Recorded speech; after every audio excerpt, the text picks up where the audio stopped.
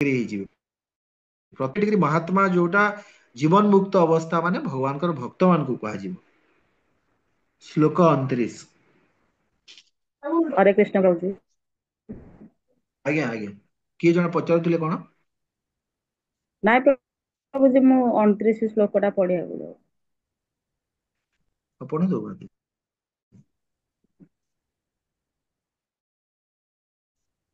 हमोऽहं सर्वभूतेषु न मे दिश्वास्ति न प्रियः जे भजन्ति तु मां भक्त्या मयि ते तेषु चाप्यहम्। अनुवाद। ମୁଁ କାହାରିକୁ ହିଂସା କରେ ନାହିଁ କିମ୍ବା କାହାରି ପ୍ରତି ପକ୍ଷପାତିତା ଆଚରଣ କରେ ନାହିଁ। ମୁଁ ସମସ୍ତଙ୍କ ପ୍ରତି ସମାନ, କିନ୍ତୁ ଯେ ଭକ୍ତିରେ ମୋର ସେବା କରେ ସେ ମୋର ଜଣେ ବନ୍ଧୁ ଅଟେ। ସେ ମୋ ଠାରେ ଥାଏ ଏବଂ ମୁଁ ମଧ୍ୟ ତାର ଜଣେ ବନ୍ଧୁ ଅଟେ। ହରେ देखो जो एटा आमे भक्ति जोगर सबुठारु इम्पोर्टेंट आमे एटा कहले ना नवम अध्यायटा एथिरे भक्ति जोगु भक्ति जोगु सबुठारु श्रेष्ठ रे रखा आइछि। भगवान तो कहा पाई पक्षपातिता करू नाहंती। भगवान कहिदेले सर्व सुहृद सर्वभूतानां 5:29 रे कहिचंदी भगवान समस्तकर मु हितैषी बंधु अटे। सर्वयोनिषु कौन्तेय अहम बीजप्रद पिता समस्तकर पिता मु अटे 14:4 रे भगवान कहले। ममेवांशो जीवलोके जीवभूत सनातन माने मोर ही अंश अटंती सबु जीव। तो यही सबु जिनस कहीकि भगवान तो कही सारी कि समस्त से समान अटंती कहारी, किंतु भगवान कहले जे मोर भक्त से मोर प्रिय। पुण्यात्मा और पापात्मा समस्त भगवान खाद्य जल वायु सब दौरान क्या तो एमती ना कि जड़े पाप कला पापात्मा से मरी जाऊँगी एमती तो नहीं, से भी भल खाई पी रोचे। भगवान जो न जोगेले से माने रही पारि था कि से सर्वाइव कर पारि न था। तो भगवान समस्त समान अटंती, किंतु भगवान पुणी कौन कहते जे भक्ता माँ भजन्ते ते मई च अहम अपितेषु। संसार रे एमिति अनेक लोक अछंती जे माने सेमान को भगवान का सह न जोड़ी कहती माने बहुत लोक आपण देखिथिबे से माने कहती आमे तो देखो साधारण लोक आमे तो भक्ति आमे भक्त नुह एटा गोटे एमती कहती। तो आपण मैंने सब जानवे आपण गीता भागवत पाठ करूँ आमे तो भाई आमर छुआ पिला अच्छी आमे ये सब जिनस एते आमे करि परिबनी आमे तो काम न कले आमु किए चलेबो एई टाइप रे कह भगवान कोठू न जोड़िकी निजकू सांगे सांगे बाहर कर दियंती से माने निजकू आमे आमे एते बड़ भक्त नुह। एईटा एईटा भूल जिनस। भगवान जिते कहले प्रत्येक जीव तांकर आमे से संबंध को बुझी पारिया कथा आ भगवान को आमे दूरे जीवा कौन दरकार आम कथारे कि आमर कार्य भगवान आमर भगवान आमे से आमर पिता से आमर माता सबु जिनस से आमर सुहृद बंधु सब कहले भगवान। तेणु जे भगवान श्रीकृष्ण प्रति भक्ति पूर्वक जे भजन करुच्ची ता पाई भगवान विशेष कृपा माने करती। भगवान कहले ना जे जथा माम प्रपद्यते तास्तैव भजामि अहम तांस्तैव भजामि अहम। जी मते जो परिमाण मोर भजन करे मु से परिमाण तार जत्न निए। पिता सबु पुत्र पाई समान अटे, किंतु देखिए गोटे आज्ञाकारी पुत्र पाई जहाँ भी टे पितार स्नेहटा टे अलगा रोचे। आप गोटे एग्जांपल ले पारे जे गोटे सफा दर्पण अच्छी गोटे मैला दर्पण अच्छी। सफा दर्पण में देखिए गोटे सूर्य किरण बा टर्च लाइट आप पकेबे से बढ़िया तार रिफ्लेक्शन आसीबो तार जो प्रतिबिंबटा आसीबो सूर्यंकर सफा दर्पण हो क्लीयर आसीबो। मैला दर्पण रे एते क्लीयर आसीबो नाही किबा न आसी पारे। सेमती जे भक्त से सफा दर्पण आ जे अभक्त से मैला दर्पण दी जण जाक पुओ। तेणु भक्त अनुभव करें जे मु भगवान ठारे अच्छी भगवान मो ठारे अछंती, किंतु अभक्त एटा अनुभव करि पारु नाही। ए कथा इस श्लोक रे कहगला 30 नंबर जी असले। हरे कृष्ण। अपीरेत सुदूराचारो भजन्ते माम मन्यभाक् साधुरेव स मन्तव्य मन्यगवेव चित हि सहम्। ଅନୁବାଦ। ଯଦି କୌଣସି ବ୍ୟକ୍ତି ଅତ୍ୟନ୍ତ ଦୁରାଚାରୀ ହୁଏ ଅର୍ଥାତ୍ ଅତ୍ୟନ୍ତ ହୀନ କାର୍ଯ୍ୟ ପାପ କାର୍ଯ୍ୟ କରେ, ସେ ଯଦି ଭଗବାନଙ୍କ ସେବାରେ ନିଯୁକ୍ତ ହୁଏ ତେବେ ସେ ସାଧୁ ଲୋକ ବିବେଚିତ ହେବ, କାରଣ ସେ ଉପଯୁକ୍ତ ସ୍ତରରେ ଅବସ୍ଥାପିତ ହୋଇଅଛି। ହରେ କୃଷ୍ଣ। धन्यवाद। सुदूराचारी दुराचारी आ सुदुराचारी, दुराचारी माने पापी लोक आ भल माने सुदुराचारी माने बहुत पापी। आ चतुर्थ अध्याय भगवान कौन चार्टा दुष्कृति लोक कहले से केबे भी मो शरण रे आसीबे नाही कहले। कृपामय भगवान तांको तांको चरण कमल रे आश्रय देइथांती। एई श्लोक रे भगवान परम कृपाळुता प्रकाश पाउची। माने सेई टाइप रो माने सुदुराचार लोक भी जदि भी से माने थिबे, से भी जदि भगवान को शरण रे आसीबो ताहेले भगवान तांको ग्रहण करिवे बोली एठी भगवान गोटे अभय वाक्य देइचंती समस्तଙ୍କ ପାଇଁ। जदि कौन व्यक्ति अत्यंत दुराचारी हुए अर्थात अत्यंत हीन कार्य पाप कार्य करे, जदि से भगवान सेवा नियुक्त हुए, देखो ये जो अभय वाक्य पाई एटा गोटे केते इम्पोर्टेंट जिनसटे। लोक कहती ना नाई भाई मु एते पाप कर देछि भाई मु भगवान को भक्ति भक्ति मु तो करि परिबिनी भाई, मु ए जन्म रे जहा पाप करिछि सेटा केबे भी सेटा माने भगवान कर भक्त मु हेई परिबि नै। नै एमिति भाबिबा कथा उचित नो। केते भी माने जणे माने पापी हिताउ भगवान एठी अभय वाक्य देले कि नाई ताको भगवान ग्रहण करिवे। आउ कौन साधु सन्त मान कृपारु माने से माने सुदूराचारी लोक माने सेठु रक्षा पाई जाती। केते उदाहरण अछि। नारद मुनि को कृपारु वाल्मीकि मुनि केते बड़ डकायत थिले किंतु से रक्षा पाइले कि ना। अजामिल विष्णुदूत मानकर माने प्रवचन शुणिकिरी से भी भगवान भक्त हेले। जेतेबेले भगवान राम को पचरागला अच्छा आपण तो ये विभीषण आसीगले आपण शरण को आपण विभीषण को कौन कले लंकार राजा करदेले। किंतु एमिति जदि हुए युद्ध हेबा पूर्वरु रावण जदि आपण शरण को पळे आसीबो ताहेले केमती हबो। आपण तो लंका देई सारलेनी विभीषण को। तो भगवान रामचंद्र कहले किछि असुविधा नहीं, अयोध्या मु मान तांग नारे कर देबी। ये होजंदी भगवान। आम शुभ संस्कार बेले बेले जागृत हो जाए साधु कृपारू। कोटि कोटि लोक सुदूराचारी भक्त होती। एमिति गोटे साधुर उदाहरण दिंतु जे कोटि कोटि सुदूराचारी लोकंकर यही श्लोकटा को प्रकृत रे आपणकर आखि आगे एमिति किए अछि जे कि तामने प्रमाण करके देखै छी। प्रभु हां मुरारी मुगारी मुर्गारी जो पिंपुड़ी की भी मान नथिला सेटा तो गोटे भक्त कोटि कोटि भक्त। शिल प्रभुपाद प्रभुपाद महाराज को भलिया किए अछि। गो मांस जो मैंने खाऊले आफ्रिका रे कौन सिस्टम थिला निज परिवार लोक मारिकी खाई दउथिले जे अकर्मण्य हो जाउतला। से भली जगह रे आज भक्त होइचंदी महान भक्त होइचंदी से माने परम वैष्णव होई जाइचंदी। एइडा शिल प्रभुपाद एई श्लोक को यथार्थ रे करिकी देखैचंदी। सुदूराचारी भगवान कर भक्त कर देइचंदी। आमे माने गर्वित अनुभव करिया कथा।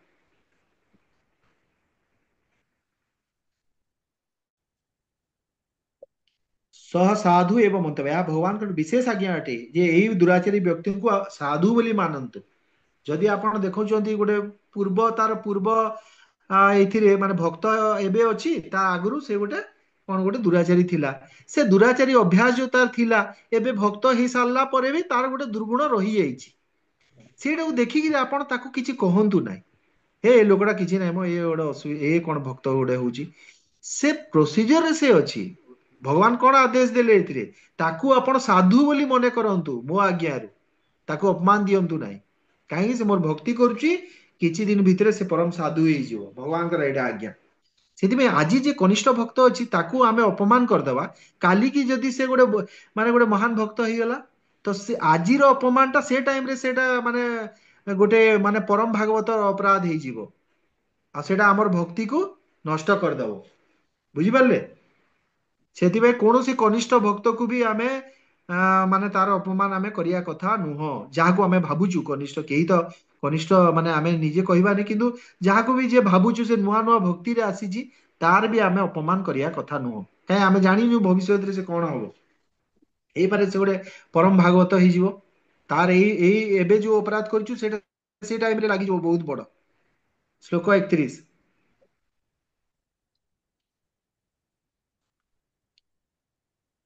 हरे कृष्ण प्रभु जी। श्लोक नंबर ଆଜ୍ଞା। 31। ହୁଁ। क्षिप्रं भवति धर्मात्मा षष्ठादि निगच्छति कुन्तेय प्रतिजानीहि न मे भक्तः प्रणश्यति। अनुवाद, যে ভক্ত সে খুব শীঘ্র ধর্মাত্মা ହୋଇଯାଏ ଏବଂ ସ୍ଥାୟୀ ଶାନ୍ତି ଲାଭ କରେ।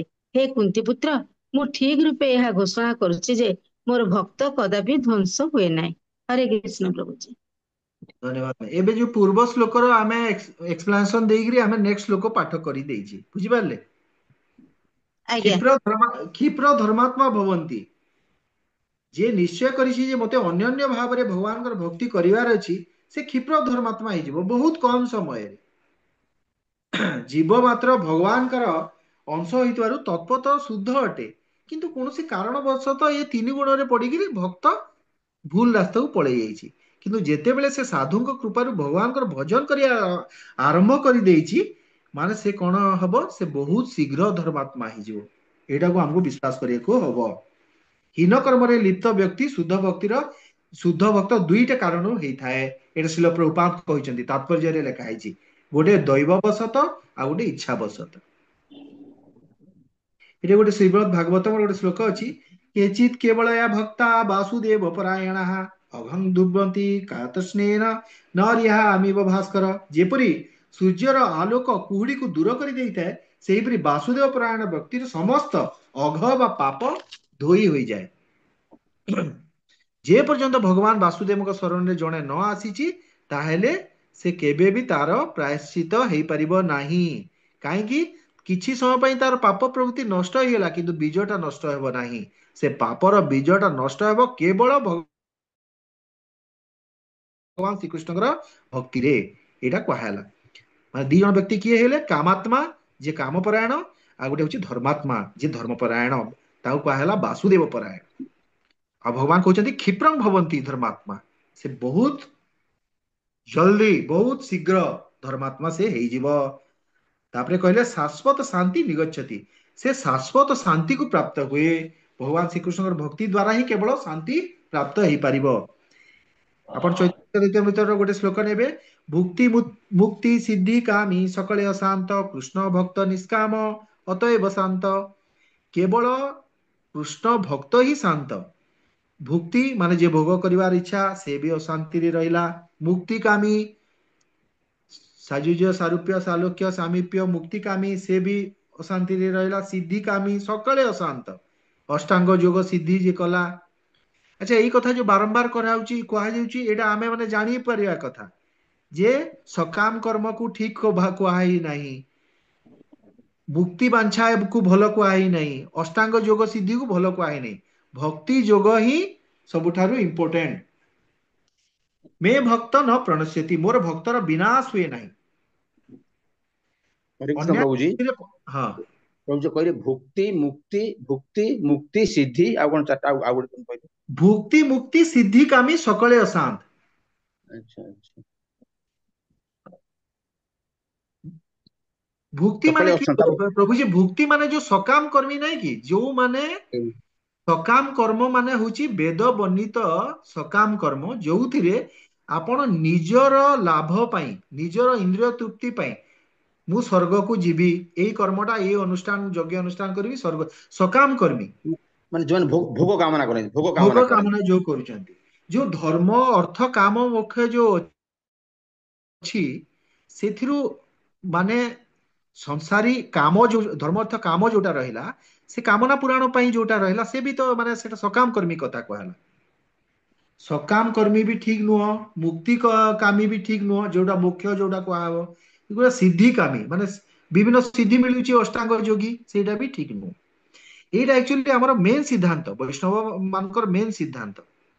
ଭକ୍ତି ଯୋଗଟା ହଉଛି ସବୁଠାରୁ ଶ୍ରେଷ୍ଠ।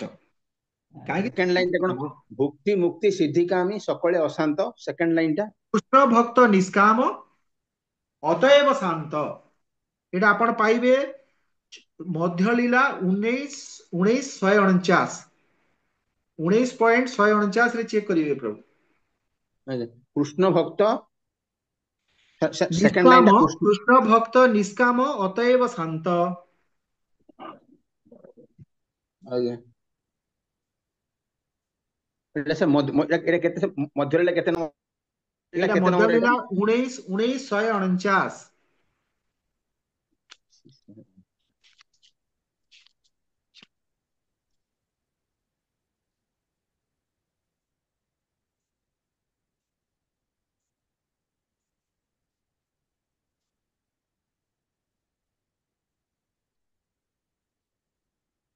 କୁନ୍ତେ ପ୍ରତି ଜାନିମି ଯୋଉ ଲାଷ୍ଟ କଣ ଏଇଟା କୁହାଗଲା ମାନେ हे କୁନ୍ତି ନନ୍ଦନ ତୁମେ ପ୍ରତିଜ୍ଞା କର। ଭଗବାନ କାହିଁ ନିଜେ ପ୍ରତିଜ୍ଞା କରୁନାହାନ୍ତି?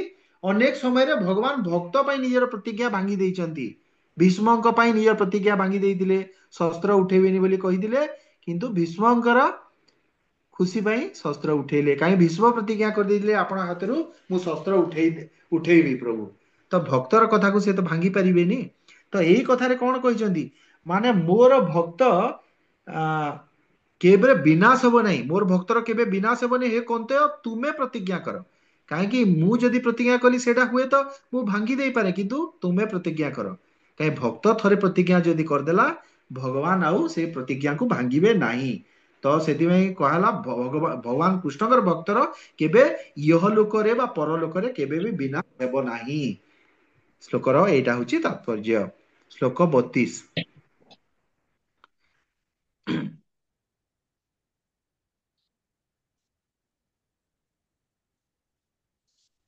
ଶ୍ଲୋକ 32 ରହିଲା ମାଙ୍ଘି ପାର୍ଥ ବ୍ୟପାଶ୍ରିତ୍ୟ ଯେ ଅପି ସ୍ୟୁ ପାପୟୋନଃ ସ୍ତ୍ରିୟୋ ବୈଶ୍ୟାସ୍ ତଥା ଶୂଦ୍ରୋସ୍ତେ ଅପି ଯାନ୍ତି ପରାମ ଗତିଂ। ହେ ପୃଥା ପୁତ୍ର, ଯେଉଁମାନେ ମୋ ଠାରେ ଶରଣ ନିଅନ୍ତି ସେମାନେ ନିଚ କୂଳରେ ଜନ୍ମ ହେଲେ ବି ସ୍ତ୍ରୀ ଲୋକ, ବୈଶ୍ୟ ଏବଂ ଶୂଦ୍ର ଶ୍ରେଣୀରେ ହେଲେ ମଧ୍ୟ ପରମ ଗତି ଲାଭ କରନ୍ତି। ନିଚ ଯୋନିରେ ଏଥିରେ ମାନେ ସ୍ତ୍ରୀ, ବୈଶ୍ୟ ଆଉ ଶୂଦ୍ର ତିନିଟା ଜିନିଷକୁ ଲୁହା ହେଲା। ଏଥିରେ ଯୋଉ ସ୍ତ୍ରୀ କୁହାଗଲା, ସ୍ତ୍ରୀର ଅର୍ଥ ହେଲା ଯୋଉମାନେ ଭଗବାନଙ୍କର ଭକ୍ତ ସେମାନଙ୍କୁ କୁହାଯାଏନି, ସାଧାରଣ ଯୋଉଟା। ଏଇଥିରେ କଣ ଦେଖନ୍ତୁ, ଏଇଥିରେ ପ୍ରାୟ ସମସ୍ତେ ଆସିଗଲେ, କଳିଯୁଗର ସବୁ ଲୋକ ଆସିଗଲେ। ସ୍ତ୍ରୀ ଲୋକ ଆସିଗଲେ, ବୈଶ୍ୟ ଆସିଗଲେ, ଶୂଦ୍ର ଶ୍ରେଣୀର ଲୋକ। ଚାକିରି କଲେ ଯିଏ ଚାକିରି କଲା ସେ ଶୂଦ୍ର। ଯାହା ଘର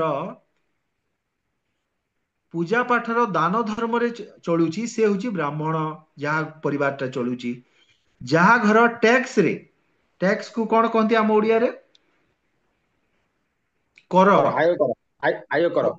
ଆୟକରରେ ଯାହା ଘର ଚଳୁଛି ସେ ହଉଛି କ୍ଷତ୍ରିୟ।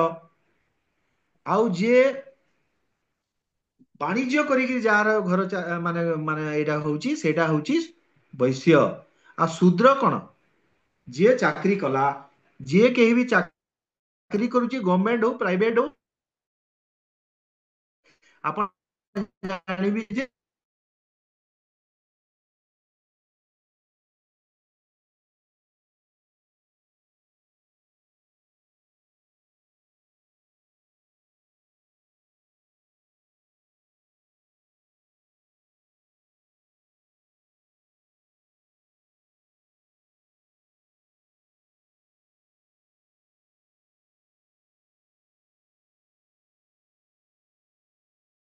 ତେଣୁ ତାଙ୍କର ପତନ ହୁଏ। ପତନ କେତେବେଳେ ହବ?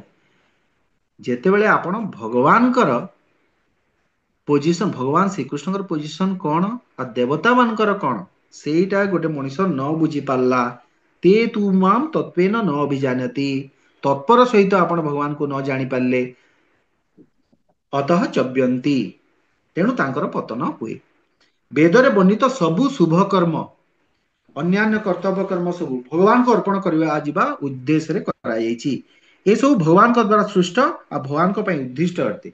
ଆଉ ଭଗବାନ ହଉଛନ୍ତି ପରମ ଭୋକ୍ତା। ଜୀବ ଦ୍ଵାରା ଦି ପ୍ରକାର ଭୁଲ ହେଇଥାଏ। ସେ କଣ ଭାବେ? ସେ ଭାବେ କି ନିଜକୁ ଭୋକ୍ତା ବା ସ୍ଵାମୀ ମାନି ନେବା। ଏଇଟା ଗୋଟେ ଜୀବର ପ୍ରଥମ ଭୁଲ। ଅର୍ଥାତ୍ ଭୋଗ ଆଉ ଐଶ୍ୱର୍ଯ୍ୟ ପ୍ରତି ଆସକ୍ତ ହେଇଯିବାଟା। ଏଇଟା ଜୀବ କଣ କରୁଛି? ନିଜକୁ ଭୋକ୍ତା ମାନି ନେଲା। ଆଉ ଦ୍ଵିତୀୟଟି ହେଲା ଦେବତା ମାନଙ୍କୁ ଭୋକ୍ତା ବା ପ୍ରଭୁ ମାନି ନେବା। ଦେବତା ମାନେ କିଏ, ତାଙ୍କର କାର୍ଯ୍ୟ କଣ, ଏହା ଜାଣିବା ଉଚିତ। ଆଚ୍ଛା ଏଇଟା ଦେଖନ୍ତୁ ନନ୍ଦ ମହାରାଜ ସେ ବି ଦେଖନ୍ତୁ ଇନ୍ଦ୍ର ପୂଜା ଏଇଟା କୋଉ କାଳରୁ ମାନେ କରି ଆସୁଥିଲେ। ତ ଏଇ ଯୋଉ ଲୀଳାଟା ଆକ୍ଚୁଆଲି ଶିକ୍ଷା ଦେବା ପାଇଁ ସେଇଠି ଭଗବାନ ଶ୍ରୀକୃଷ୍ଣ କହିଛନ୍ତି କି ଦେବତା ମାନଙ୍କର କର୍ତ୍ତବ୍ୟ ହେଲା କି ସେମାନେ ପାଣି ମାନେ ବର୍ଷା ଦରକାର ଯେତେବେଳେ ସେମାନେ କରିବେ ତାଙ୍କର କର୍ତ୍ତବ୍ୟ, ସେଥିରୁ ସେମାନେ ଅବହେଳା କରିପାରିବେ ନାହିଁ। ଆମେ ମାନେ ତାଙ୍କୁ ସର୍ବେଶ୍ୱର ଭାବିଦେବା ଉଚିତ ନୁହଁ। ଆଉ ଦେବାଦେବୀ କେତେ ସଂଖ୍ୟକ ଅଛନ୍ତି, କେତେ ଇନ୍ଦ୍ର ଅଛନ୍ତି, କେତେ ଗଣେଶ ଅଛନ୍ତି? ଅସଂଖ୍ୟ ଇନ୍ଦ୍ର, କେତେ ଅସଂଖ୍ୟ ବ୍ରହ୍ମାଣ୍ଡ ଯଦି ଅଛନ୍ତି ତ ଅସଂଖ୍ୟ ଇନ୍ଦ୍ର, ଅସଂଖ୍ୟ ଚନ୍ଦ୍ର, ଅସଂଖ୍ୟ ମାନେ ଦେବତା ଅଛନ୍ତି। କିନ୍ତୁ ଭଗବାନ ଶ୍ରୀକୃଷ୍ଣ କେତେଟା ଅଛନ୍ତି ଆପଣ ନିଜେ କହନ୍ତୁ? ଅସଂଖ୍ୟ ଭଗବାନ ଶ୍ରୀକୃଷ୍ଣ ଅଛନ୍ତି କି? ହଁ, ସେ ଅସଂଖ୍ୟ ରୂପ ନେବେ ସେଇଟା ଅଲଗା କଥା। କିନ୍ତୁ ଯେମିତି ଅସଂଖ୍ୟ ବ୍ରହ୍ମାଣ୍ଡର ଦାୟିତ୍ବ ଅସଂଖ୍ୟ ବ୍ରହ୍ମାଙ୍କ ହାତରେ ଅଛି, ସେମିତି ଭଗବାନ ଶ୍ରୀକୃଷ୍ଣ ଗୋଟେ ହିଁ ଅଟନ୍ତି। ବୁଝିପାରିଲେ? ଦେବୀ ଦେବତା ପ୍ରତିନିଧି ଅଟନ୍ତି, ପ୍ରକୃତିର ଅଧୀନ ଅଟନ୍ତି, କିନ୍ତୁ ଭଗବାନ ଶ୍ରୀକୃଷ୍ଣ ପରମ ସ୍ୱତନ୍ତ୍ର ଅଟନ୍ତି, ଶାଶ୍ୱତ ସ୍ୱାମୀ ଅଟନ୍ତି। ସବୁ ଦେବାଦେବୀ କାହାର ନା କାହାର ଅଧୀନରେ ଅଛନ୍ତି, କିନ୍ତୁ ଭଗବାନ କୃଷ୍ଣ କାହାର ଅଧୀନରେ ନାହାନ୍ତି। ଗୋଟେ ଫରେନରୁ ଗୋଟେ ଲୋକଟେ ଆସିଥିଲା, ସେଠି ଗୋଟେ ରୁମରେ ଦେଖିଲା ସବୁ ଦେବାଦେବୀଙ୍କର ଫଟୋ, ସବୁ ଭଗବାନଙ୍କର ଫଟୋ ଅଛି। ସେ ଦେଖିଲା, ସେ କିଛି ଜାଣିନି। ସେ କହିଲା କି ତମର ଭଗବାନ ଯିଏ ହଉଛନ୍ତି, ଯୋଉଟା ମେନ୍ ଭଗବାନ ସେଇଟା ଭଗବାନ ଶ୍ରୀକୃଷ୍ଣଙ୍କୁ ଦେଖେଇଲା। ସେ କହିଲା ଇଏ ତମର ଭଗବାନ କହିଲା। ତାକୁ ପଚାରିଲେ ତୁ କେମିତି ଜାଣିଲୁ? ସେ କହିଲା ବହୁତ ସିମ୍ପଲ କହିଲା, ସମସ୍ତଙ୍କର ହାତରେ ମାଳା ଅଛି, ଶସ୍ତ୍ର ଅଛି, କିନ୍ତୁ ଇଏ ଜଣେ ଭଗବାନ, ସେ କିଛି ବି ଶସ୍ତ୍ର ଧରିନାହାନ୍ତି। ଦେଖନ୍ତୁ ବ୍ରହ୍ମା, ଶିବ ଏ ସମସ୍ତେ ମାଳା ଜପ କରୁଛନ୍ତି କି ନାଇଁ? ଦେବୀଙ୍କ ହାତରେ ଅଛି। ଆପଣ ଯୋଉ ମାନେ ନବଦୁର୍ଗା, ଏଥିରେ ଆପଣ ଦେଖିବେ ସମସ୍ତଙ୍କର ହାତରେ ମାଳା ଥିବ, ଜପ କରୁଛନ୍ତି ନା, ଭଗବାନଙ୍କ ନାଁ ଜପ କରୁଛନ୍ତି। ଶିବଜୀ ବି ଭଗବାନଙ୍କ ନାଁ ଜପ କରୁଛନ୍ତି, ବ୍ରହ୍ମାଜୀ ନାଁ ଜପ କରୁଛନ୍ତି, ସବୁ ଭଗବାନ, ସବୁ ଦେବାଦେବୀ। କିନ୍ତୁ ଭଗବାନ କୃଷ୍ଣଙ୍କୁ ଦେଖିବେ ବଂଶୀଟିଏ ଧରିଛନ୍ତି, କୌଣସି ଶସ୍ତ୍ର ବି ଧରିନାହାନ୍ତି। ତେ ତୁ ମାମ ତତ୍ୱେନ ନ ଅଭିଜାନତି ଅତଃ ଚବ୍ୟନ୍ତି। ଭଗବାନଙ୍କୁ ଏଇଟା ଆମେ କହିଲେ, ତତ୍ପର ସହିତ ନ ଜାଣିଲେ ଆମର କଣ ହବ? ଆଚ୍ଛା ଭଗବାନଙ୍କୁ ତତ୍ପର ସହିତ ଆମେ କହିବା ହଁ ଠିକ ଅଛି, ଆମେ ଜାଣିପାରିଲୁନି ଭଗବାନଙ୍କୁ ତତ୍ପର ସହିତ, କଣ ସେଥିରେ କ୍ଷତିଟା କଣ?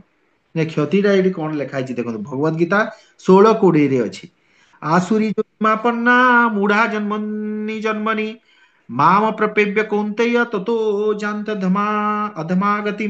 ମୂଢ ଲୋକମାନେ ମତେ ପ୍ରାପ୍ତ କରନ୍ତି ନାହିଁ, ଯେଉଁମାନେ ନିଜକୁ ଭୋକ୍ତା ଓ ସ୍ୱାମୀ ମାନନ୍ତି ସେମାନେ ଅଧମ ଯୋନିକୁ ପ୍ରାପ୍ତ ହୁଅନ୍ତି।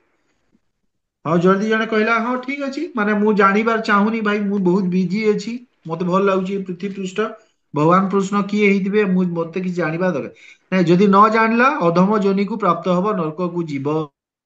ସେଥିପାଇଁ ଏଇଟା ଚଏସ ନାହିଁ, ବାଧ୍ୟ ଗୋଟେ। ଭଗବାନ ବାଧ୍ୟ କରୁନାହାନ୍ତି, କିନ୍ତୁ ଶାସ୍ତ୍ର କହୁଛି। ଭଗବାନ ତ ଏତେ ମାନେ କେତେ ପ୍ରକାର ଦେଇଛନ୍ତି, ଆପଣଙ୍କୁ ଭଲ ନ ଲାଗିଲା ଭଗବାନଙ୍କର ପୂଜା ଏଇଠି ବାରମ୍ବାର ପାପ କରିକିରି ଏମିତି ବି ଆମେ ଆସୁଛୁ ଏଇ ପୃଥ୍ୱୀ ପୃଷ୍ଠକୁ। ଆଉ ଗୋଟେ କଣ, ଦେବ ପୂଜକ ମାନଙ୍କର କଣ ହବ? ଯେ ପୁଣ୍ୟ କ୍ଷୀଣ ହେଇଗଲେ ମର୍ତ୍ତ ଲୋକକୁ ପୁଣି ଫେରିବେ, ଭଗବତ ଗୀତା 9:21ରେ କୁହାଗଲା। ତ ଏଇ ଦିଟା ଗତି କୁହାଗଲା, ଯେ ଭଗବାନଙ୍କୁ ଯଦି ଆମେ ନ ଜାଣିପାରିବା। 23 ନମ୍ବରରେ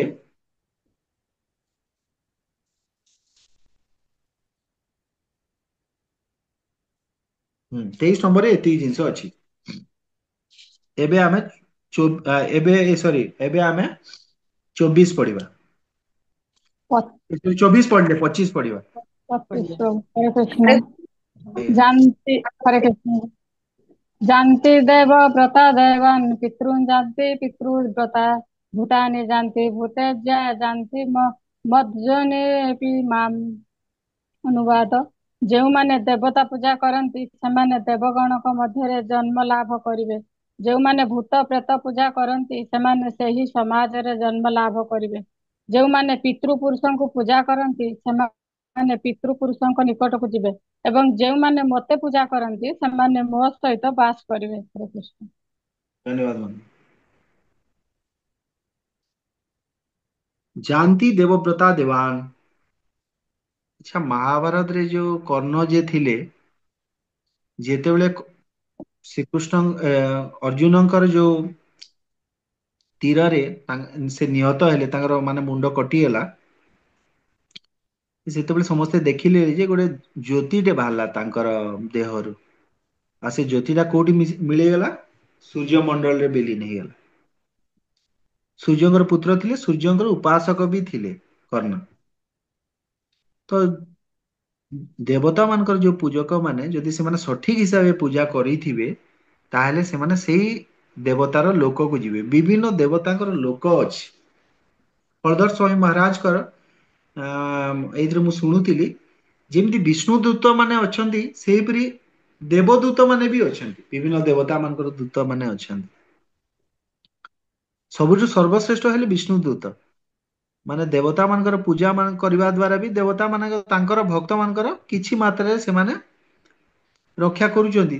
ସେମାନେ ତାଙ୍କର ଲୋକକୁ ଯାଉଛନ୍ତି, ସେଠି କିଛି କ୍ଷଣ ରହିଲା ପରେ ପୁଣି ଅବଶ୍ୟ ଫେରିବେ। କାହିଁକି? ସେଇଟା ହଉଛି ଏ ମାୟା ସୃଷ୍ଟି ଭିତରଟା। ସେଇଟା ହଉଛି ମାନେ ନିତ୍ୟ ସୃଷ୍ଟିର ନୁହଁ, ମାନେ ଶାଶ୍ୱତ ସୃଷ୍ଟିର ନୁହଁ। ବୈକୁଣ୍ଠ ଲୋକ ଆଦି କଣ ଶାଶ୍ୱତ, ଆଉ ଏଇଟା କଣ ବ୍ରହ୍ମଲୋକ ପର୍ଯ୍ୟନ୍ତ ଯୋଉଟା ଅଛି ସେଇଟା ହଉଛି ଆମର ଏକପାଦ ବିଭୂତି, ମାନେ ଯୋଉଥିରୁ ଏଇଟା ନଷ୍ଟ ହେଇଯାଏ, ଶାଶ୍ୱତ ନୁହଁ। ତାପରେ ପିତୃବ୍ରତା ପିତୃନ୍ ଯାଆନ୍ତି। ବହୁତ ଲୋକ ପିତୃପୁରୁଷ ମାନେ ମାନଙ୍କୁ ପୂଜା କରନ୍ତି। ଘରେ ମା ବାପାଙ୍କର, ଅଜା ଆଈଙ୍କର ଫଟୋ ଯୋଉ ରଖା ହଉଛି, ତାଙ୍କୁ ପୂଜା କରାହଉଛି। ଏମିତିକି ଲୋକ ଠାକୁରଙ୍କ ପାଖରେ ରଖିଦିଅନ୍ତି ନିଜର ଆତ୍ମୀୟ ସ୍ୱଜନ ମାନଙ୍କର ଫଟୋ।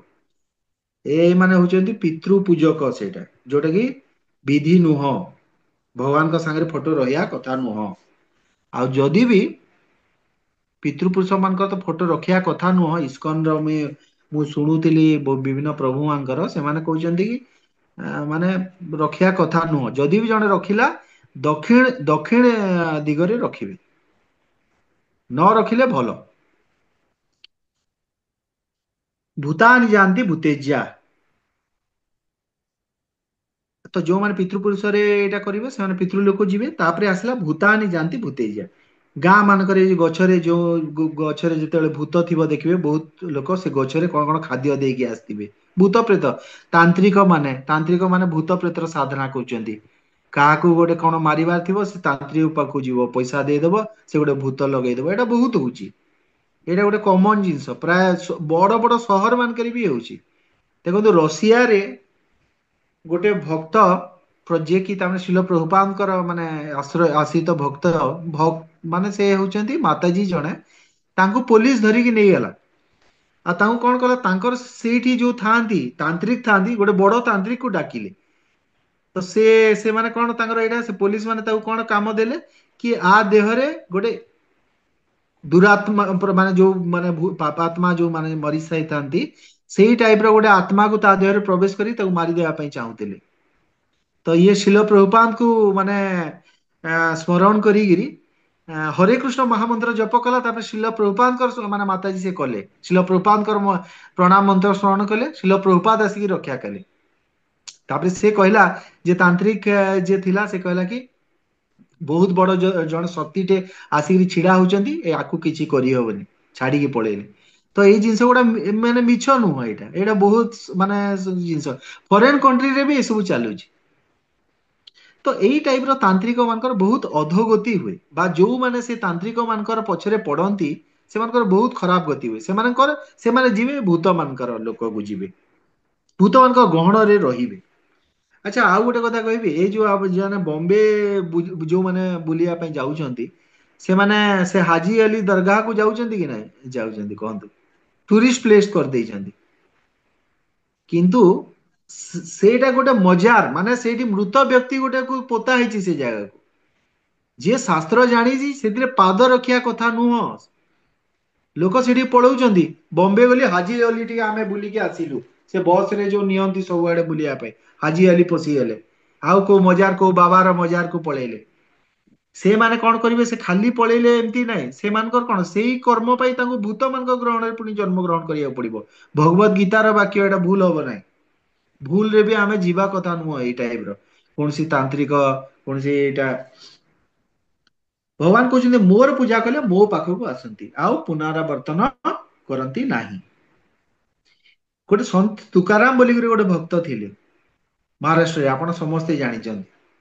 ସନ୍ଥ ତୁକାରାମ ସମସ୍ତଙ୍କର ଆଖି ସାମ୍ନାରେ ଗାଁର ଲୋକମାନଙ୍କର ଆଖି ସାମ୍ନାରେ ସେ ତାଙ୍କ ପାଇଁ ବିମାନ ଆସିଲା ବୈକୁଣ୍ଠ ଲୋକରୁ, ସମସ୍ତଙ୍କ ଆଖି ସାମ୍ନାରେ ବସିକି ବିମାନରେ ଗଲେ। ଲୋକ ପୁରା ଆଖିରେ ଦେଖୁଛନ୍ତି, ବିମାନରେ ଗଲେ। ଇଭେନ୍ ସେ ତାଙ୍କର ସ୍ତ୍ରୀଙ୍କୁ ଡାକିଲେ କି ମାନେ ଚାଲ ଯିବା ବୋଲିକି। ତାଙ୍କ ସ୍ତ୍ରୀ କହିଲେ ହେ ନାଇଁ, ଛୁଆ ପିଲାଙ୍କୁ କିଏ ଦେଖିବ ବୋଲି କହିଲେ। ସେ ଡାକୁଥିଲେ, ସମସ୍ତଙ୍କୁ ନେଇ ପାରିଥାନ୍ତେ, ତାଙ୍କର ଶକ୍ତି ଥିଲା, ଗଲେନି। ତ ଏଇ ଟାଇପ ର କଥା। ଏଇଟା ଜିନିଷ ଗୁଡା ଏମିତି ଜିନିଷ ଯେ କି ମାନେ ଏଇଟା ବିଶ୍ୱାସ ନ କରିବାର କିଛି ଜିନିଷ ନାହିଁ, ପୁରା ସମସ୍ତଙ୍କ ସାମ୍ନା ଆଖି ସାମ୍ନାରେ ହେଲା ଜିନିଷ ଗୁଡା। ଆଉ ବହୁତ ଲୋକ କହନ୍ତି ଯତୋ ପଥ ତତୋ ମତ। ଏ ଗୋଟେ ବହୁତ ବଡ ସାଧୁ ଭାରତର, ତାଙ୍କ ନାଁ ଆମେ ଧରିପାରିବାନି। ତାଙ୍କର କହିବାର ହିସାବରେ ଯତୋ ମତ ତତୋ ପଥ, ମାନେ ଯାହାକୁ ବି ଆପଣ ଯେମିତି ହିସାବରେ ବି ଭଗବାନଙ୍କୁ ପୂଜା କରିବେ, ଗତିଟା ସେଇଟା ହେବ। ଏଇଟା ଭଗବାନ ଏଠି ଖଣ୍ଡନ କରିଦେଇଛନ୍ତି। ଯତୋ ମତ ତତୋ ପଥ ନାହିଁ। ଶାସ୍ତ୍ର ମତ ହିସାବରେ ଭଗବାନଙ୍କୁ ପୂଜା କରିବେ, ଭଗବାନଙ୍କ ପାଖକୁ ଯିବେ। ନହେଲେ ଅଲଗା କାହାକୁ କଲେ ଅଲଗା ଏଠି ଯିବେ ବୋଲି ଭଗବାନ କହିଲେ। ଦେବବ୍ରତା ଯୋଉମାନେ, ସେମାନେ ସତ୍ୱ ଗୁଣରେ ଥାନ୍ତି। ପିତୃବ୍ରତା ଯୋଉମାନେ, ସେମାନେ ରଜ ଗୁଣରେ ପୂଜା କରୁଛନ୍ତି। ଭୂତେଜିଆ ତମ ଗୁଣରେ, ଭୂତ ପ୍ରେତ ମାନଙ୍କ ଯିଏ ପୂଜା କରୁଛନ୍ତି। ଆଉ ଯିଏ ଭଗବାନଙ୍କର କରୁଛନ୍ତି, ସେମାନେ କୋଉ ଗୁଣରେ ଅଛନ୍ତି? ଆପଣ ମାନେ ସତ୍ୟ କହନ୍ତୁ। ଶୁଦ୍ଧ ସତ୍ୟ ଶୁଦ୍ଧ ସତ୍ୟ ସତ୍ଵ। ସତ୍ୟ ସତ୍ୱ ଗୁଣ ଗୁଣ, ଯୋଉ ଶୁଦ୍ଧ ସତ୍ୱ ଯୋଉ ମାତାଜୀ କହିଲେ ସେଇଟା ନାହିଁ। ତାର ଅର୍ଥ ନିର୍ଗୁଣ।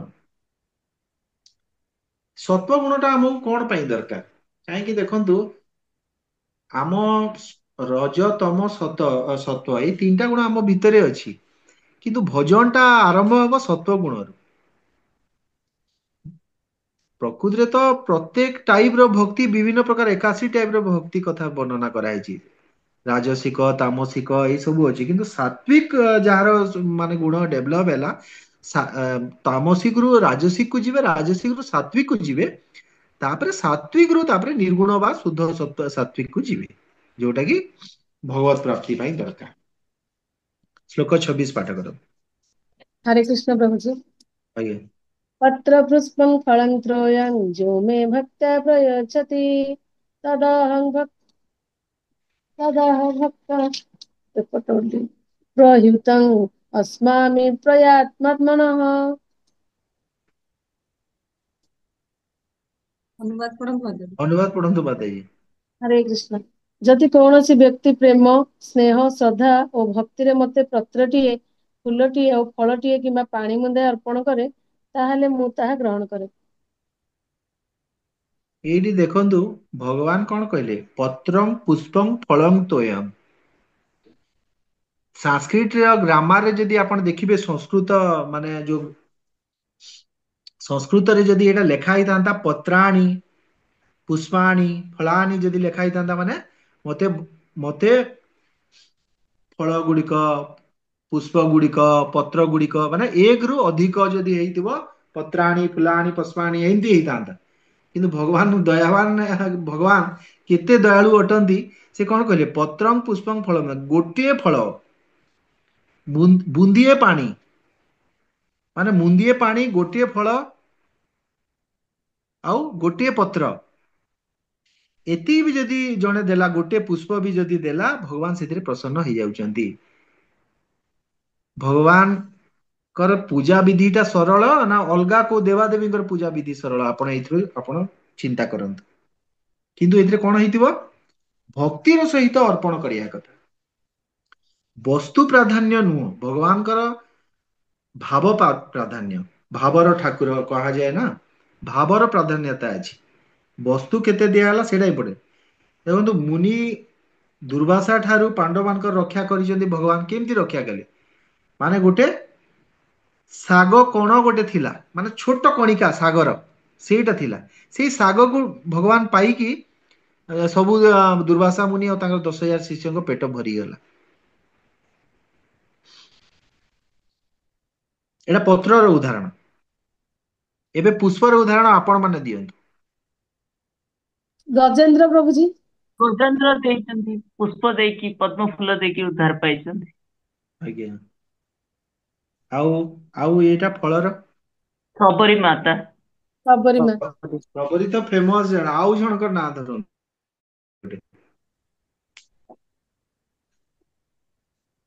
ବିଦୁର। ବିଦୁରଙ୍କର ମାତାଜୀ ଯୋଉ କଦଳୀ ଦେଇଥିଲେ ବିଦୁର କଦଳୀ ବାବୁଜୀ। ଦେଇଥିଲେ ନି? ନଡ଼ିଆ ଦେଇଥିଲେ। ହଁ କଦଳୀ ଚୋପା ମାନେ କଦଳୀଟା ଥୋଇ ଦେଇଥିଲେ, ଚୋପା ଦେଇଥିଲେ ମଧ୍ୟ ସେ ଖାଇ ଦେଇଥିଲେ। ବିଦୁରଙ୍କର ସ୍ତ୍ରୀ ରାଣୀ ସୁଶୀଳା ନା ନା ମାତାଜୀ ବିଦୁରାଣୀ ବୋଲି ନା ଆମେ ଜାଣିଛୁ। ଆଜ୍ଞା ବିଦୁରାଣୀ ବୋଲି କୁହାଯାଏ। ବିଦୁରାଣୀ।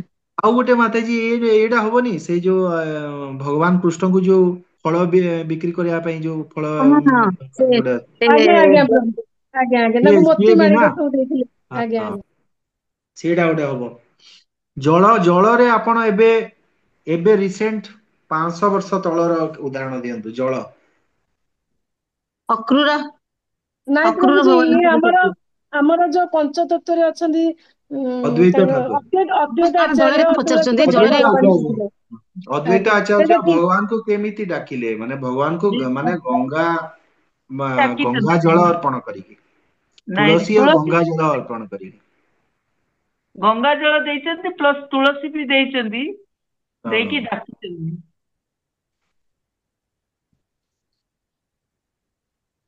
ଭଗବାନ ଶାଲିଗ୍ରାମକୁ ପ୍ରସନ୍ନ କରିଥିଲେ। ଶିଲ ପ୍ରଭୁପାଦ କହୁଛନ୍ତି ଯେ ପତ୍ର ପୁଷ୍ପ ଫଳ ଜଳ କଥା ଯୋଉ କହିଛନ୍ତି ଏଇଟା ଏଇଥିରେ ବି ଅଛି। ଭଗବାନ ଏଥିରେ କୌଣସି ତାମସିକ ଖାଦ୍ୟ କଥା କୁହାହେଇନି। ଏଇଠି ଶିଳ ପ୍ରଭୁପାଦଙ୍କର ତାତ୍ପର୍ଯ୍ୟରେ ଏଇଟା ଲେଖା ହେଇଛି ଯେ ଭଗବାନ ଏଣୁ ମାଛ ମାଂସ ଏବଂ ଅଣ୍ଡା କୃଷ୍ଣଙ୍କୁ ଅର୍ପଣ କରାଯିବା ଉଚିତ ନୁହଁ।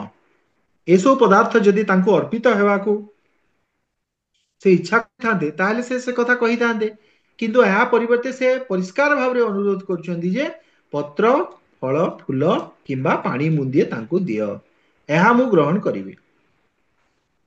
ସେଥିପାଇଁ ଭଗବାନଙ୍କ ଯୋଉ ପ୍ରସାଦ ଯୋଉଟା ତିଆରି କରାହବ ସେଥିରେ ଶାକ ସବଜି ଶସ୍ୟ ଫଳ ଦୁଗ୍ଧ ଏବଂ ଜଳ ମାନବ ନିମିତ୍ତ ଉପଯୁକ୍ତ ଖାଦ୍ୟ ଏବଂ ଭଗବାନ ଶ୍ରୀକୃଷ୍ଣ ଏହା ସ୍ୱୀକାର କରିଛନ୍ତି। ଏଇ କଥା କୁହାଯାଇଛି। ଅଲଗା କୌଣସି ତାମସିକ ଜିନିଷ ଭଗବାନଙ୍କୁ କେବେ ବି ଦେବା ଉଚିତ ନୁହଁ। ଆଚ୍ଛା ଏଠି ଆଉ ଗୋଟେ ଜିନିଷ ଲେଖା ଅଛି ଦେଖନ୍ତୁ। ତତ୍ପ୍ରୟାତ୍ମନ ଭକ୍ତି ଉପହୃତତମ। ଶୁଦ୍ଧ ଚିତ୍ତ ଯେଉଁ ଭକ୍ତର ଅଛି ତାହାକୁ ପ୍ରୟାତ୍ମତନ ଭକ୍ତ ତାହାକୁ ପ୍ରୟତାତ୍ମନ କୁହାଯାଏ। ମାନେ ଯାହାର ହୃଦୟ ଶୁଦ୍ଧ। ଭକ୍ତି ଉପହୃତମ ଅର୍ଥ ପ୍ରେମ ପୂର୍ବକ ଅର୍ପଣ କରାଯାଇଥିବା। ଭକ୍ତିର ସହିତ ଅର୍ପଣ କରାଯାଇଥିବ ଯଦି ତାହେଲେ ଭଗବାନ ସେଇଟାକୁ ଗ୍ରହଣ କରିବେ। ଦୁର୍ଯ୍ୟୋଧନର 56 ଭୋଗ ଗ୍ରହଣ କରି କିନ୍ତୁ ବିଦୁରର ଶାଗ ସାଧାରଣ ଭଜା ଶାଗ ଶାଗ ସେଇଟା ଭଜା ଗ୍ରହଣ କଲେ। ଆଜ୍ଞା। ଆଚ୍ଛା ଏଇଠି ଗୋଟେ ଶବ୍ଦ କୁହାଯାଇଛି ଅହଂ ଅସ୍ନାମୀ କୁହାଯାଇଛି। ଅସ୍ନାମୀର ମାନେ କଣ କହିଲେ ଜାଣିଛନ୍ତି? ମାନେ ସ୍ୱୀକାର କରେ। ଗୋଟେ ହଉଛି ମୁଁ ସ୍ୱୀକାର କରେ, ଆର ଅର୍ଥ ହଉଛି ମୁଁ ଖାଏ। ମାନେ ବିଶ୍ୱନାଥ ଚକ୍ରବର୍ତ୍ତୀ ଠାକୁର ତାଙ୍କର ଟୀକାରେ ଲେଖିଛନ୍ତି ଯେ ଭଗବାନଙ୍କୁ ଯୋଉ ଭକ୍ତ ଯୋଉ ଗୋଟେ ଫୁଲଟେ ବି ମାନେ ଅର୍ପଣ କରେ ଫୁଲ ଭଗବାନ ଖାଲି ଆଗ୍ରହଣ କରନ୍ତିନି, ସେଟାକୁ ଚୋବେଇ ଖାଇଯାଆନ୍ତି। ଯେମିତି ଗୋଟେ ଛୋଟ ଛୁଆକୁ ଯାହା ଦେଲେ ମୁହଁରେ ପୁରେଇ ଦିଏନି, ଭଗବାନ ସେମିତି ସବୁ ପୁରେଇ ଦିଅନ୍ତି, ଫୁଲକୁ ବି ପୁରେଇ ଦିଅନ୍ତି। ଯାହା କିଛି ଦେବେ, ଏଇଟା ବିଶ୍ୱନାଥ ଚକ୍ରବର୍ତ୍ତୀ ଠାକୁର କହିଛନ୍ତି। ଆଉ ରାଧା ଗୋବିନ୍ଦ ମହାରାଜ ସେ କଣ କହିଛନ୍ତି?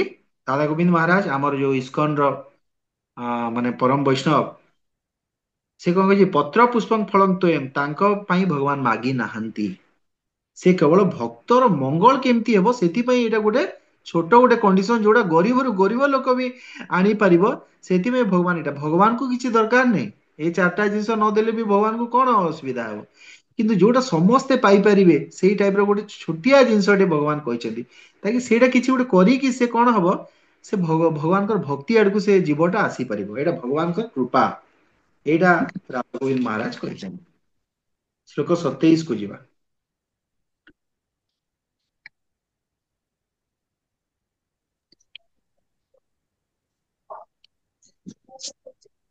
हरे कृष्ण प्रभु। ହଁ श्लोक नंबर 28। যৎকরস্যি যশস্নাসি যদুষোষি দদাসি যত পশ্যসি কন্তেয় ତତ୍ପରୋଷ ଅନୁବାଦ।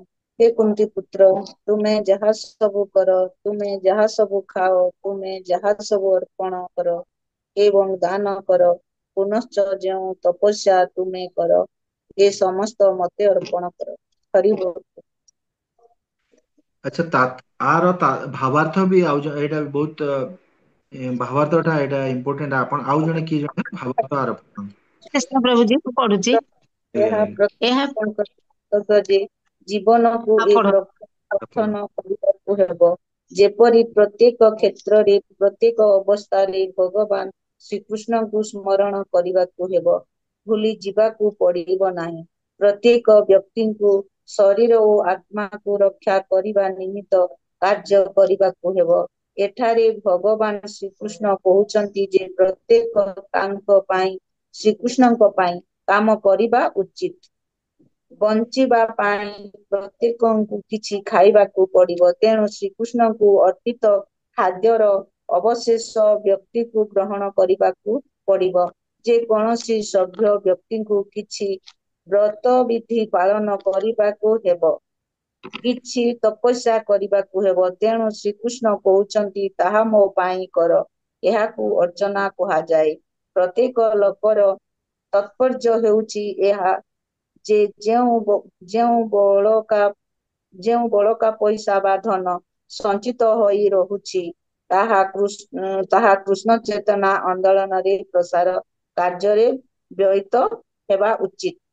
ଆଜିକାଲି ଲୋକମାନେ ଧ୍ୟାନ ଯୋଗ ପ୍ରତି ବିଶେଷ ଆକୃଷ୍ଟ, ତାହା ତ ଏ ଯୁଗରେ ପ୍ରାୟ ସମ୍ଭବପର ନୁହେଁ। କିନ୍ତୁ ଯଦି କେହି ହରେ କୃଷ୍ଣ ମାଳାରେ ଜପ କରି 24 ଘଣ୍ଟା ଭଗବାନ ଶ୍ରୀକୃଷ୍ଣଙ୍କ ଧ୍ୟାନ କରେ, ତେବେ ସେ ନିଶ୍ଚୟ ଜଣେ ମହାନ ଯୋଗୀ ଅଟେ।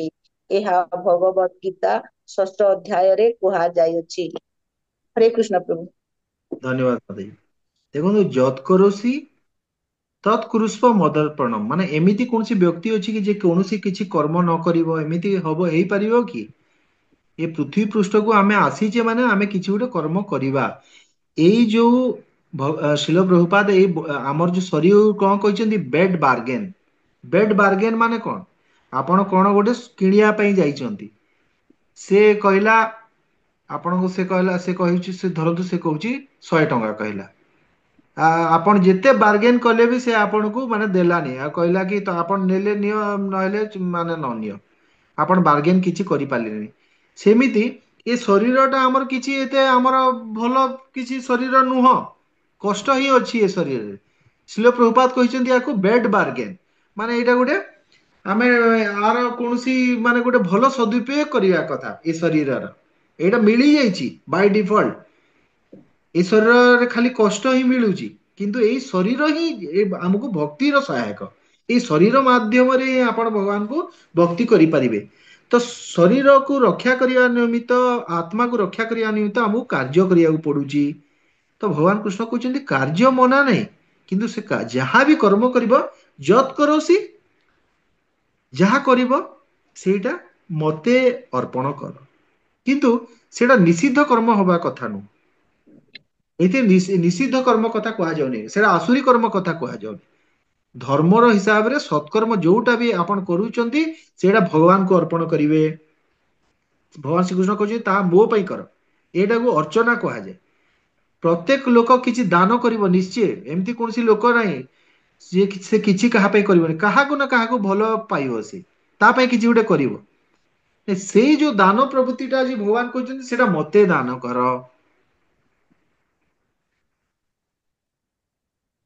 ଯୋଉ ଯେ କିଛି ପଇସା ଇନକମ କଲେ, ବାକି ପଇସା ଆମେ କୃଷ୍ଣ ଚେତନା ଆନ୍ଦୋଳନରେ ଆମେ ସେଟାକୁ ବ୍ୟବହୃତ କରିପାରିବା।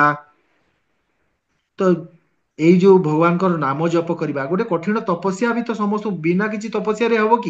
ଦେଖନ୍ତୁ ଗୋଟେ ଜାଗାରେ ଅଫିସକୁ ଆମେ ଯାଉଛେ, ସେଠି 12 ଘଣ୍ଟା ଖଟୁଛେ, ତାପରେ ଗୋଟେ ଦରମା ପାଉଛେ କି ନାଇଁ ଆମେ? ତ ଭଗବାନଙ୍କ ପାଇଁ ସେଟା ଆମେ ଅର୍ପଣ କରିବା। ତପସ୍ୟା କରିବାରେ କଣ ରହିଗଲା ଆମର? ଏକାଦଶୀ ଆପଣ କଲେ, ଜପ କଲେ ସକାଳୁ ଉଠିକିରି, ଏଇ ସବୁ ଜିନିଷ ଭଗବାନଙ୍କ ପାଇଁ କରାଯିବ।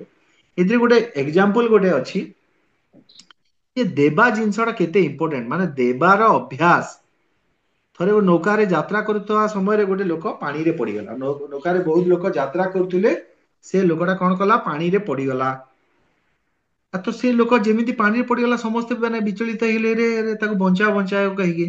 ତ ସେ ଲୋକ ପୁଣି ପାଣି ନୌକାକୁ ଟେକି ଆଣିବା ପାଇଁ ଗୋଟେ ଲୋକ ହାତ ବଢେଇଲା। ହାତ ବଢେଇକିରି ବୁଡି ଯାଉଥିବା ଲୋକକୁ ଅନେକ ଥର କହିଲା କି ତାମାନେ ହାତଟା ଦିଅ ବୋଲି କହିଲା, କିନ୍ତୁ ସେ ଲୋକ ହାତ ଦେଲାନି। ଏତେ ଥର କହିଲା ଆରେ ତୁ ପାଣିରେ ପଡିଗଲୁଣୁ, ଓଦା ହେଇଗଲୁଣୁ, ଆରେ ମୋ ହାତଟା ତୋ ହାତଟା ଦେ, ସେ ଦେଲାନି।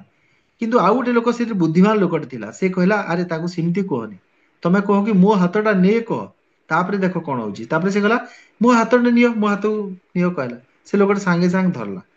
କାରଣ ତାର ଅଭ୍ୟାସ ଟୋଟାଲି ଲାଇଫରେ ନଥିଲା କିଛି ଜିନିଷ ଦେବାର। ସେ କୋଉଠି ଦେ କହିଲେ ତାର ମାନେ ତାର ମୁଣ୍ଡ କିଛି କାମ ଦବନି। ଏଇ ତ ଏଇଟା ଶିଲ ପ୍ରଭୁପାଦ ଗୋଟେ ମାନେ ଏକ୍ସାମ୍ପଲ ଥିଲା ଯେ ବ୍ୟକ୍ତିଙ୍କର ଏଇ ଅଭ୍ୟାସଟା ଆମେ କଣ କରିବା, ପ୍ରତ୍ୟେକ ଜିନିଷକୁ ନା ଆମେ ଭଗବାନ କୃଷ୍ଣଙ୍କୁ ଅର୍ପଣ କରିବା ଆମର ଅଭ୍ୟାସ କରିବାକୁ ପଡିବ। ଯଦି ଆମେ ସେ ଅଭ୍ୟାସଟା ନ କରିବା ତାହେଲେ ଏ ଶ୍ଲୋକଟା ଆମ ଜୀବନର ଅର୍ଥ କିଛି, ଆମ ଜୀବନରେ କିଛି ପ୍ରାକ୍ଟିକାଲ ୟୁଜ ହେଇପାରିବ ନାହିଁ। ଯୋଉଟା ଭଗବାନ କହିଲେ ଯତ୍ କରୋସି ଯତ୍ ସ୍ନାସି ଯଦୋସି ଦାସି ଯତ୍। ତାପରେ ଶ୍ଲୋକ ନମ୍ବର 28 କୁ ଆଚ୍ଛା ଯିବା। ପ୍ରଭୁ ହରେ କୃଷ୍ଣ ପ୍ରଭୁଜୀ, ଆଜ୍ଞା। ଏ ଯୋଉ ଆମର ଯୋଉ କହିଲେ ହୁଁ। ଦାନ କର ଆଉ ଅର୍ପଣ କର, ତା ଭିତରେ କିଛି ପାର୍ଥକ୍ୟ ଅଛି? କୋଉଠି ମାନେ ଗୋଟେ ଦାନ କର? ମାନେ ଜୁହୋସି ଦଦାସି, ଜୁହୋସି ମାନେ ଅର୍ପଣ କର, ହଁ, ଦଦାସି ମାନେ କର, ତେଣୁ ଅର୍ପଣ ଦାନ ଭିତରେ କିଛି ପାର୍ଥକ୍ୟ ରହିଛି? ଦଦାସି ତୁମେ ଦାନ କର। ଦଦାସି ଦଦାସି ୱାର୍ଡ ଟା ହଉଛି ଦାନ ଶବ୍ଦ ଅର୍ଥ ହେଇଗଲା। ଜୁହୋସି ଜୁହୋସି ଅର୍ପଣ, ଆପଣ ବହୁତ ଜିନିଷ ଅର୍ପଣ କରିପାରିବେ। ଦାନଟା ମାନେ ହଉଛି ଆପଣ ଧନ ସମ୍ପତ୍ତି, ଆପଣ ଦାନ ମାନେ ଯୋଉ କୌଣସି ଗୋଟେ ଜିନିଷ ଆପଣ ଦାନ କରୁଛନ୍ତି। ଏଥିରେ ଶିଲ ପ୍ରଭୁପାତ କହିଲେ ନା କି ଆପଣ କି ଏଇଠି କଣ ଲେଖା ହେଇଛି ଦେଖନ୍ତୁ, ପ୍ରତ୍ୟେକ ଲୋକର କିଛି ଦାନ କରିବାର ପ୍ରବୃତ୍ତି ଅଛି। ତେଣୁ ଶ୍ରୀକୃଷ୍ଣ କହୁଛନ୍ତି ସେଇଟା, ସେ ଦାନଟା ମତେ ଅର୍ପଣ କର, ମାନେ ମତେ ଦିଅ।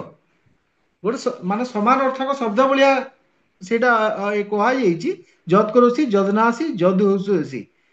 କିନ୍ତୁ ଦିଟା ଜିନିଷରେ ମୋର ମାନେ ମନ୍ତବ୍ୟ ହେଲା, ଆପଣ ଯୋଉଟା ଦାନ କରିବେ, ଦଦାସି ଶବ୍ଦ ଲାଗିଲା ମାନେ ଦାନରେ ପଳେଇଗଲା। ଆଉ ଅର୍ପଣ ମାନେ ବହୁତ ଜିନିଷ ମାନେ ଅର୍ପଣ କରିହେବ। କିନ୍ତୁ ଧନ ଭଗବାନ ଯୋଉଟା ଆପଣ ଦଉଛନ୍ତି ସେଇଟା ଦଦାସି ଶବ୍ଦ ଲାଗିବ। ବୁଝିଲେ ଭଗବାନ ପ୍ରଭୁଜୀ? ଯୋଉଟା ଦିଆଯାଏ ସେଟା ଅର୍ପଣ। ଆଜ୍ଞା। ଅର୍ପଣରେ ଆପଣ ବହୁତ ଜିନିଷ ମାନେ ଅର୍ପଣ, ଏଇଠି ଯାହା ସବୁ କର ତମର କାର୍ଯ୍ୟକୁ ମତେ ଅର୍ପଣ କର, ଯାହା ସବୁ ଖାଅ ସେଇଟାକୁ ବି ଅର୍ପଣ କର। କିନ୍ତୁ ସେଇ ଜାଗାରେ ଗୋଟେ ହେଲା ଦାନ, ଗୋଟେ ସେପରେଟ ବସ୍ତୁ। ମାନେ ଆପଣ ବା ଗୋଟେ ଜିନିଷ ଦାନ ଦେଲେ, ଆପଣଙ୍କ ଧନରୁ କିଛି ମାତ୍ରାରେ ଆପଣ ଦାନ ଦେଲେ, ଗରିବ ଲୋକଙ୍କୁ ଦାନ ଦେଲେ, ସେଟା ଧନ ସମ୍ପତ୍ତି ଦାନ ଦେଲେ। କିନ୍ତୁ ଆପଣ କାର୍ଯ୍ୟ ବି ଭଗବାନଙ୍କୁ ଦାନ ଦେଲେ, ସେଇଟାକୁ ସେଇ ଅର୍ଥରେ କହିଲା ଜୁହୋସି ଅର୍ପଣ କର। ଆଉ ତମର ସବୁ କାର୍ଯ୍ୟକୁ ମତେ ଅର୍ପଣ କର, ଆଉ ତମର ଧନକୁ ମତେ ଦାନ କର। ବୁଝିପାରିଲେ ପ୍ରଭୁଜୀ? ହରେ କୃଷ୍ଣ ଶ୍ଲୋକ 28। ନା ପ୍ରଭୁଜୀ ଆଉ କଣ କହିଲେ ଆପଣ କହନ୍ତୁ। ମାନେ ଏଥିରେ ତିନିଟା ଜିନିଷ କୁହାହେଲା ନା ପ୍ରଭୁଜୀ, ଦେଖନ୍ତୁ କରୋସି ତୁମେ କର, ଯାହା ଯତ୍ ଯାହା ଅଶ୍ନାସି ତୁମେ ଖାଅ, ଯତ୍ ଯାହା ଜୁହୋସି ତୁମେ ଅର୍ପଣ କର। ଅର୍ପଣ ଶବ୍ଦ ଗୋଟେ ଏକ୍ସଟ୍ରା ଲାଗି ଯାଇଛି, ଯୋଉଥିରେ କି ତାମାନେ ବାକି ସବୁ ଜିନିଷ ପାଇଁ ଅର୍ପଣ କୁହାଗଲା, ଆଉ ଧନ ସମ୍ପତ୍ତି କିଛି ଆପଣ ସେଥିପାଇଁ ଦାନ କୁହାଗଲା।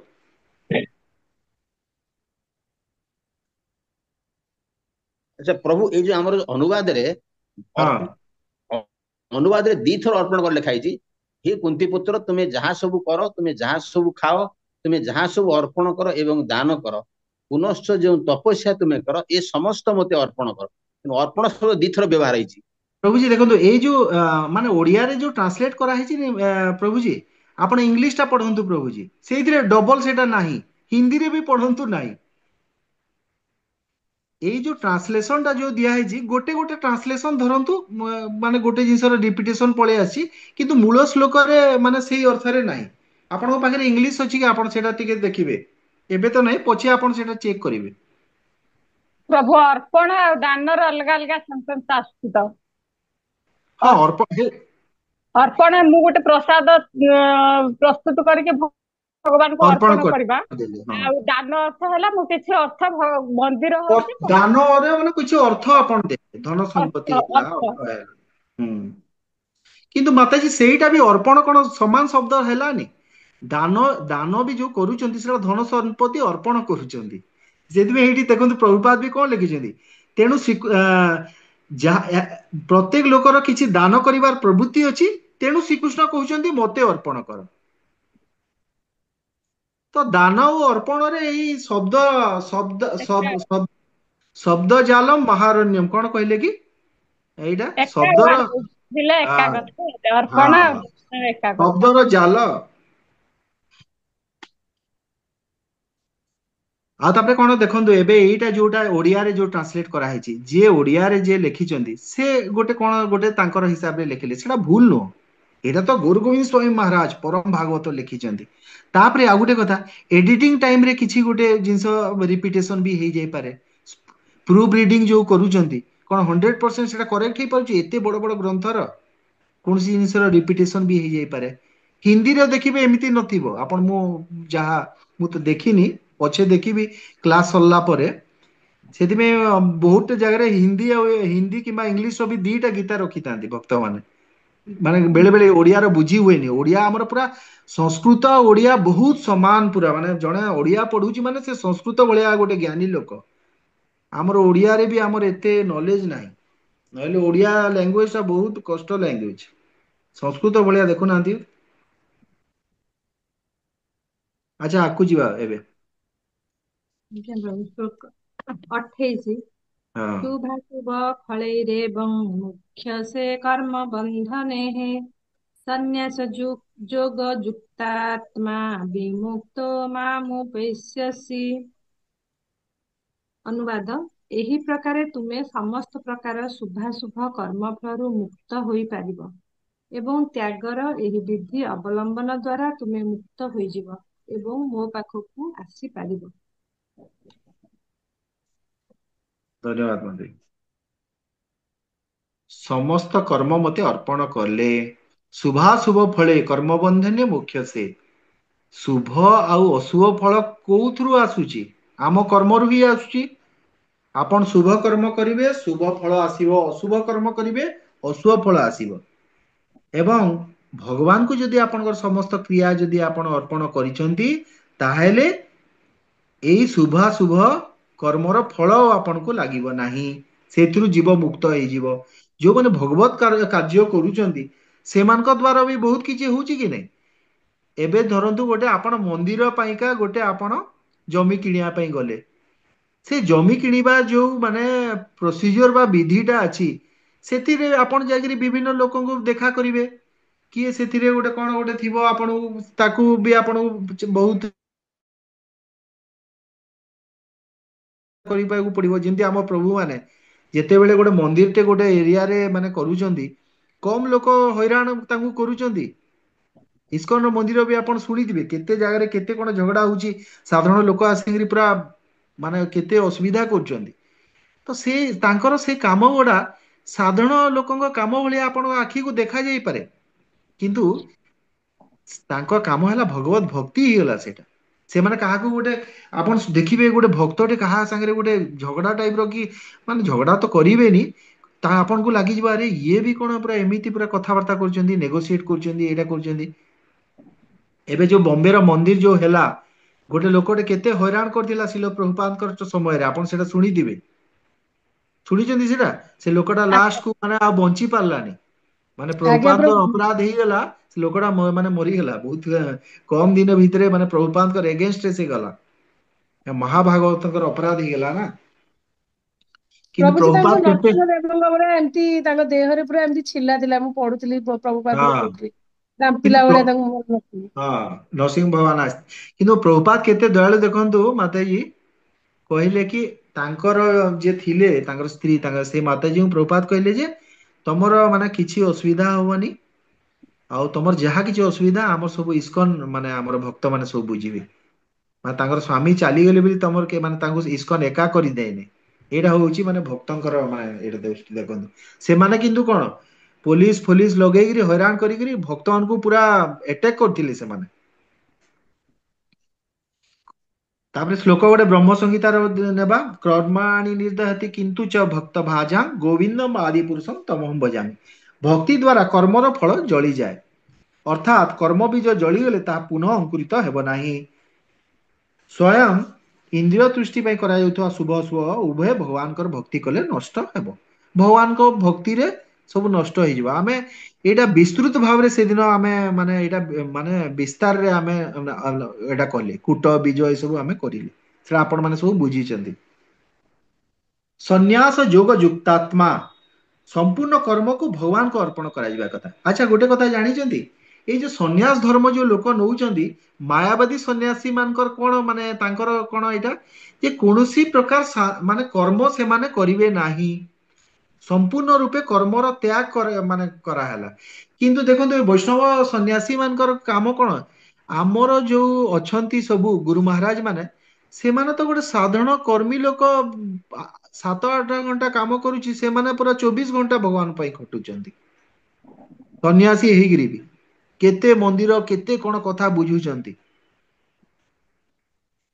एते बड़ बड़ मंदिर चलेवाटा एते भक्तों को प्रचार करियाटा एटा कोन गोटे साधारण लोक माने 8-10 घंटा काम कले थकी जीव से माने तो थकु नाहंती केते एमिते हमर महाराज माने एबे जो प्रेजेंटली अछंती आपण सेटा देखंतु तो एटा को सन्यास योग युक्तात्मा जोटा कहा गला जहार अन्य कोनोसी कामना नाही भगवत सेवा निमित्त जे जीवन को उत्सर्ग कर देइचंती से वास्तव में सन्यास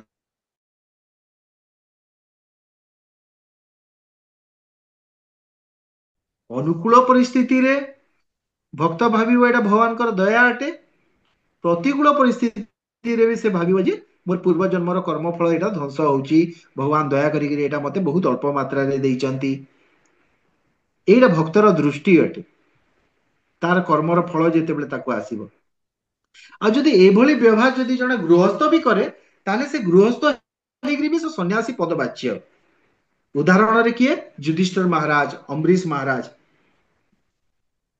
ए माने सब गृहस्थ थिले किंतु सन्यासी ठू ऊपर स्थिति रे से माने थिले आ एठी गोटे देखंतु गोटे शब्दटे अछि श्लोक 28 रे विमुक्त लेखाई छी विमुक्त अर्थ कौन बी जो शब्दटा जोटी लागुची ना विमुक्त माने विशेष मुक्ति ब्रह्म ज्योति रे लीन हो जिबाटा मुक्ति किंतु विशेष मुक्ति हैला भगवान कर माने धाम को प्राप्त हेबा तागु विमुक्त कहा जाउची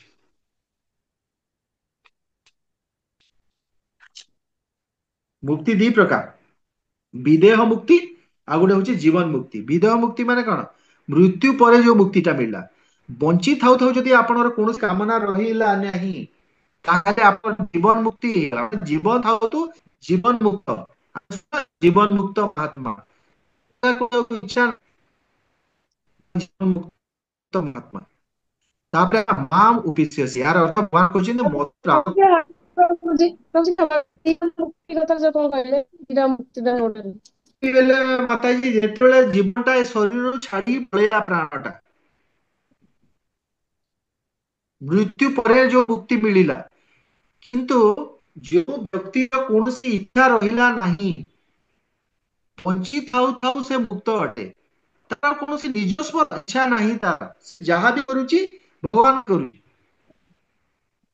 हमर जो सब माने महाराज माने जो